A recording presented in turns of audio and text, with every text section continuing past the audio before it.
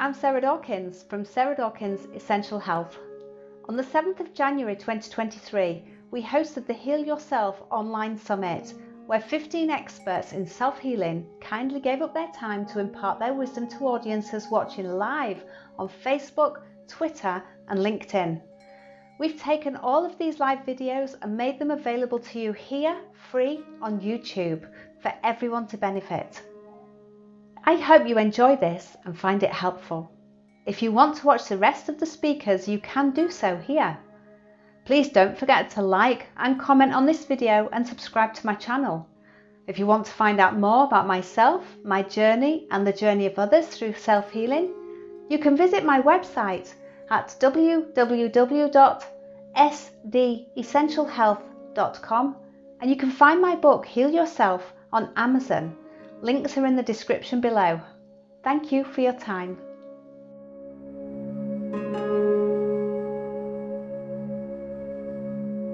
This is a clip of Roman Shapoval and Bohdanna Diduch, the power couple.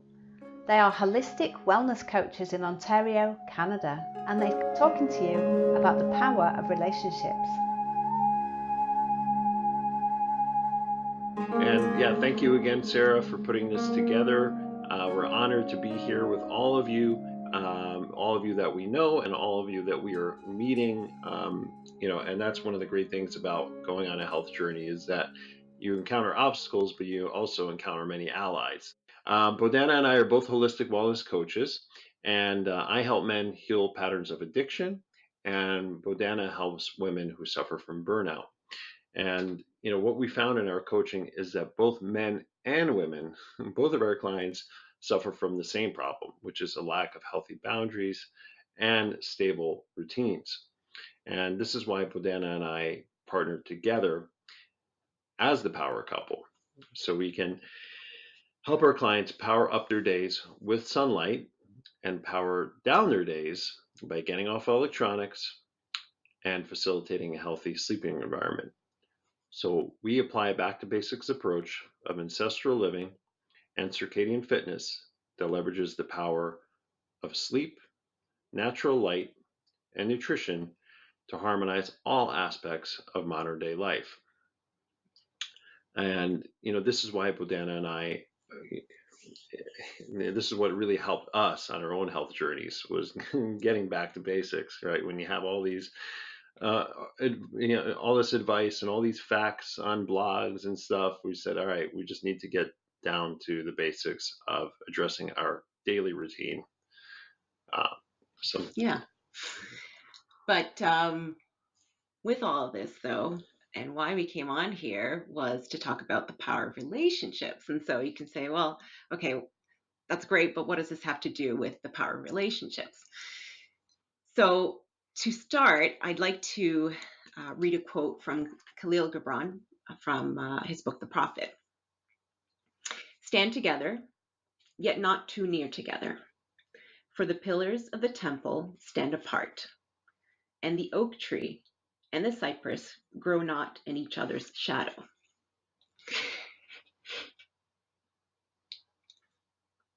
One of the greatest realizations that both Roman and I had on our health and wellness journeys throughout the years is that the greatest relationship that you can cultivate is the relationship that you have with yourself, first and foremost. This sets the foundation for all other relationships in our lives. And it seems, quite simple, but majority of us forget, we neglect that relationship that we should have with ourselves. And this creates a negative domino effect in many avenues of our lives, which both Roman and I can attest to. And we can also attest to the power of healing and strengthening those relationships with ourselves and how they affect relationships with everybody else in our lives. So we would like to talk about that. And this is the basis, as Roman said, of our coaching. But first, today we would like to share with you some background. How did we get here to being the power couple? there's a backstory for both of us. And so we'd like to share those stories with you now. Yeah. So growing up as a child, I had many family members who suffered from illness. My mother, grandmother, and grandfather all passed away from cancer when I was a teenager. And this left me with many questions as to why it happened. And I found really today, 25 or 27 years later, what I believe is that it's really because they didn't have healthy relationships with others and a healthy relationship with themselves. Now, I know that seems very abstract, but my mother, she, even though she tried to be there for me, she didn't show up for herself. So that led her to not be able to be there for me all the time because she let in a man who was very abusive uh, and abused her, abused me, and that caused obviously her health to suffer. Um, I realized then that I had to ask the questions, and nobody else was asking those doctors, even as a teenager, um, because everybody else was stuck in these patterns of feeling like they were a victim. They didn't have an empowered relationship with themselves, so they were subletting that out to somebody else. Um, so that was kind of my start in a health journey to just see what was happening to my family. Um, uh, and then after that, I, uh, in my intimate relationships with girlfriends, I found that they would always have some kind of issue with either it was a mental issue or a physical issue, and I would always try to come in as the hero and try to fix things. But that only put me further back because then I would go into patterns of numbing, such as drinking, smoking, and scrolling online, and just not being good to myself because I didn't have that healthy relationship with myself, right? I was trying to be a hero, but I didn't have the training necessary to be the hero yet. So, my last girlfriend, who I still have a really great relationship with, um, she'd suffered, she needed surgery, and it was just she had a lot of issues, and I helped her as much as I could. But one day, she caught me drinking and being, and just I was not in a good state, and that was my rock bottom. And I decided to check myself into a retreat for 4 weeks. I paid for it myself. Actually, it was 5 weeks. And things really, really wound up changing for myself. When I started to stand up for myself that day, my life changed. And that was, over 10 years ago now. Um, so, yeah. Okay. So Rowan's story now will also, of course, interconnect with my story, but I will get to that. First, I'd like to say that within the last 2 years is where I experienced my most exponential personal growth, where a lot of puzzle pieces finally came together in understanding what I had experienced up until this point in life. And it started with my childhood, which now I also understand. And just like with Roman, those truly are our formative years for a reason. We absorb things like a sponge, and it becomes our programming. And so for myself, I grew up in a very happy family. I would never say that, oh, I had a bad childhood or anything like that. However, again, like I said, in reflecting and learning and growing and healing in these last couple of years, I came to understand that my father, who loves his family dearly, was never able to most likely resolve his own emotional issues. And when he got angry, it would be bursts of anger. The whole house would shake. And as a result, I would fawn. And many of you will have heard about the fight or flight or freeze, but there's also a fourth element that could be the fawn, and that's kind of the drawing back, the quiet. I started molding myself to be the good little girl, the good daughter. Didn't want to create ripples that would, set my father off. And that parent pleasing eventually turned to people pleasing. It manifested my perfectionism. And aside from that connection to my childhood, I think many of us as women, we feel the pressures of perfectionism, especially in today's society, of having to be that superwoman, that we can do it all with a smile on our face and heels on our feet. We can do it. And I bought into that narrative as well. And so as the years went on, I became harder on myself. I hated failure, which most of us do. It's hard to take. And I developed very much a fixed mindset. Again, modeling on some of my father's behaviors as well. And so as things progressed from my teenage years into early adulthood, I started experiencing depression. I was put on medication, was told that it's most likely hereditary, and it was a chemical imbalance in my brain. That's it. And the years went on, and I would ebb and flow in this depression, eventually also developing high functioning anxiety. My sleep was absolutely atrocious. I dubbed myself as the night owl, and when I tried to go to sleep, my mind wouldn't stop. And so for hours, sometimes I would lie there and finally fall asleep. Towards the morning, I'd be dead. So snooze button after snooze button. And this is how my life progressed. Well, I wouldn't know if I'd say progress, but it certainly went into a downward spiral eventually, where the depression, the anxiety, the insomnia, the general poor mental health, state of health, brought me down to my lowest point in life when I was 36 years old, I think. It was 7 years ago now almost. And it happened to be on our honeymoon. Roman and I had just been married. And there was other life factors that came into play.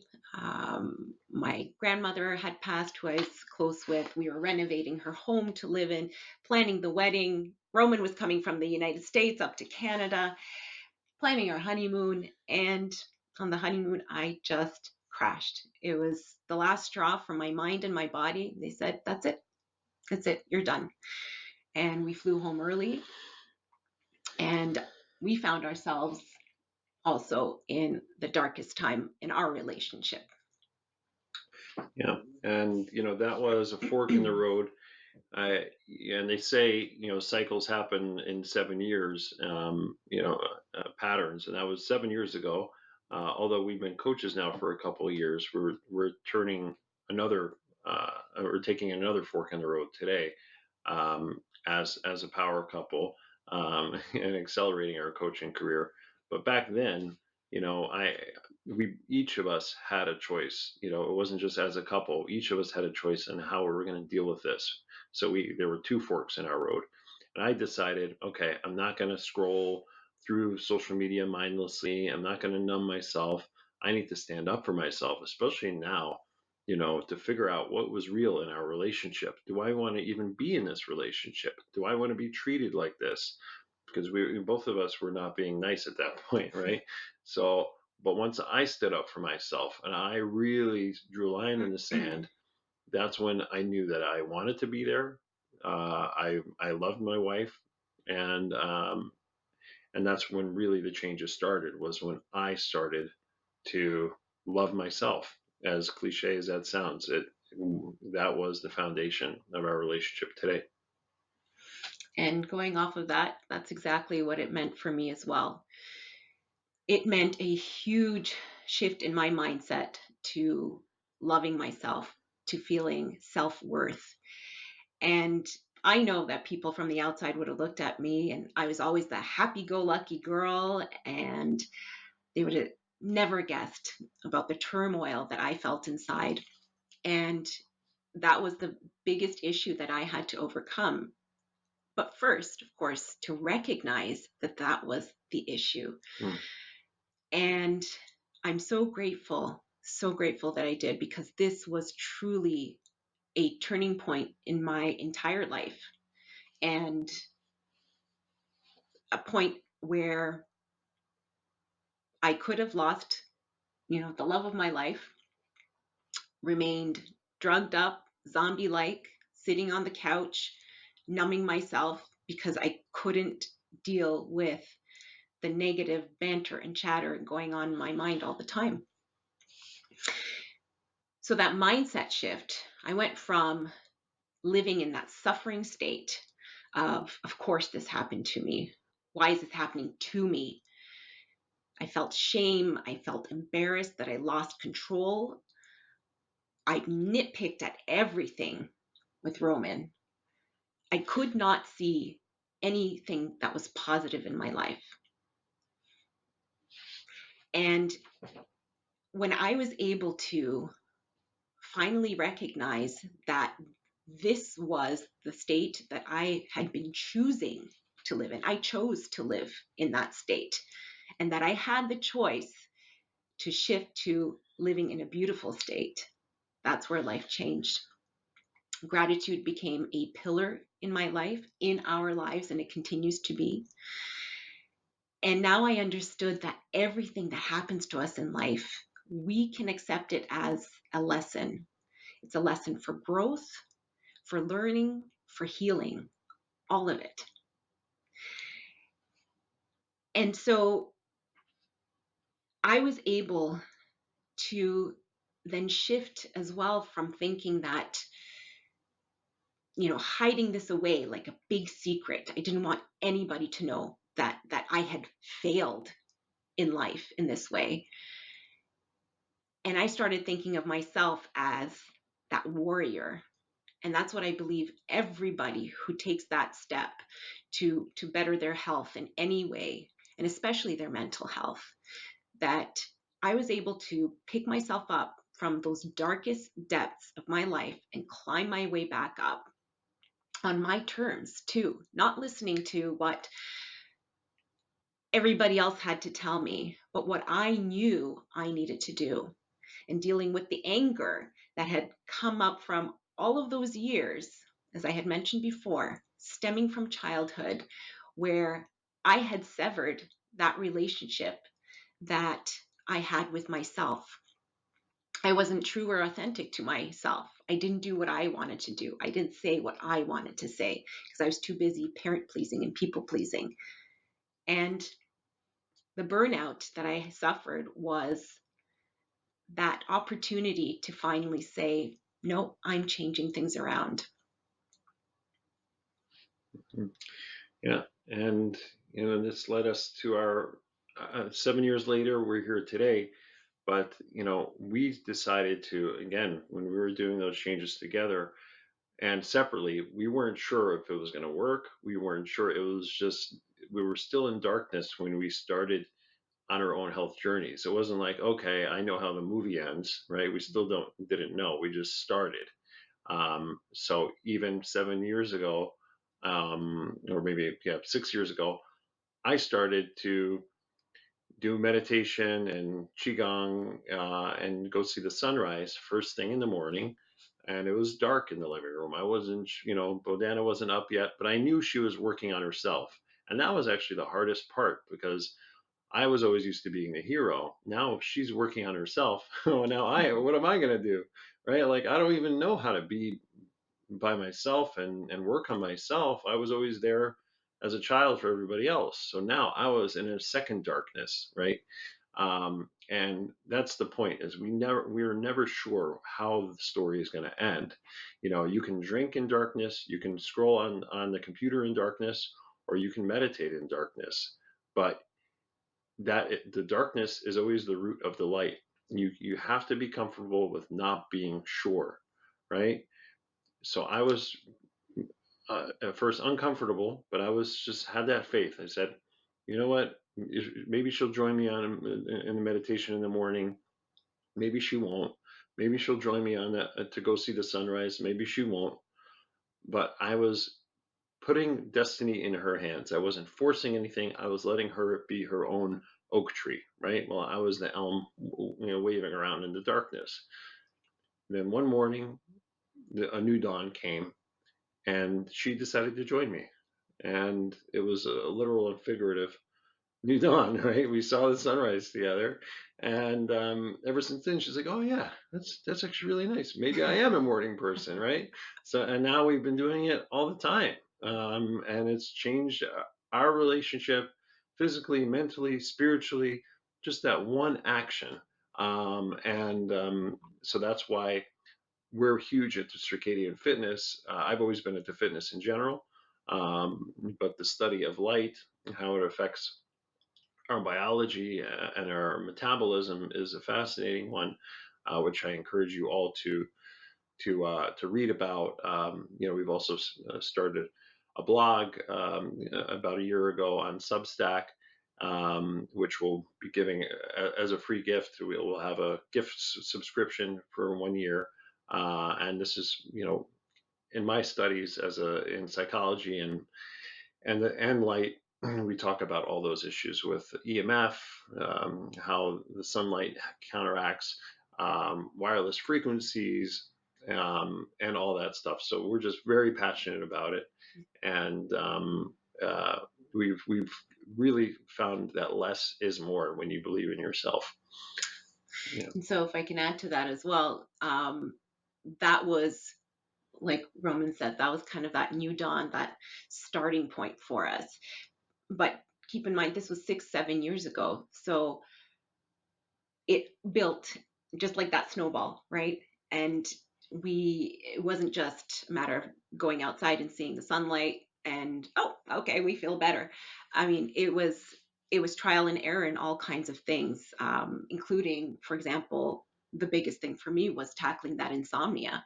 I committed to cognitive behavioral therapy, and gratefully, thankfully, um, it it changed my life. It really, really did. I had no idea. So once we commit to these changes, these small changes become big changes. And that's why the road less traveled, the harder road, is always so worth taking, because so many of us, our default is just to take the easy road. I don't want to wake up this morning and go see the sunrise. I just need to sleep a little more, or I'm just going to have, another piece of cake. Or when we know that the opposite is what we need. And it's not easy, but it is ultimately the best thing that we can do for ourselves in our lives. And again, it's committing to our relationship with ourselves first and foremost. So, I tackled the insomnia, both of us together. We revamped our nutrition. We eat organically, local, in season, as much as possible, anti-inflammatory, got rid of the processed junk, got rid of the sugars. We Make your own sauerkraut. make our own sauerkraut. And then also incorporating movement back into our lives, which is, again, something that falls to the wayside for so many of us, because of this indoor culture, sedentary culture that we've adopted in the Western world. And so there's so many elements that we were able to build and experience and know from our own experience that it works. And so that's why we've brought all those elements together into our coaching, and it's simple and it's free. Yeah, just really quick, I know we're almost out of time, but a basic thing that we do. We go for a morning walk every morning. We go for a morning walk, 25 to 30 minutes, and not only does it help us talk, it balances our blood sugar, but that AM sunlight will build our melatonin during the day. And most people think melatonin is something that you get at night, but there's actually two types of melatonin. And so if you can get yourself out in the AM sunlight, it will start that cycle and trigger that hormonal cascade through your body, which rules your metabolism and your biology the rest of the day. So that's something we found, especially now in the wintertime.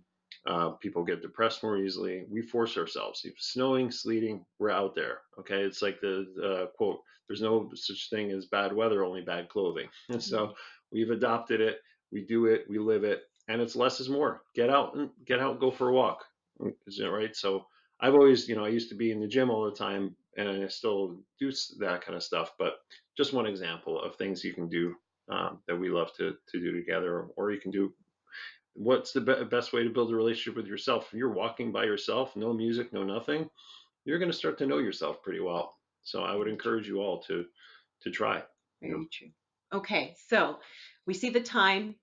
One last thing to say is that we just wish that any of you who resonate with this and who have experienced these same things, that you too can step into an awakening, a healing, a growth for yourselves. And please reach out to us if you have any questions, any help needed.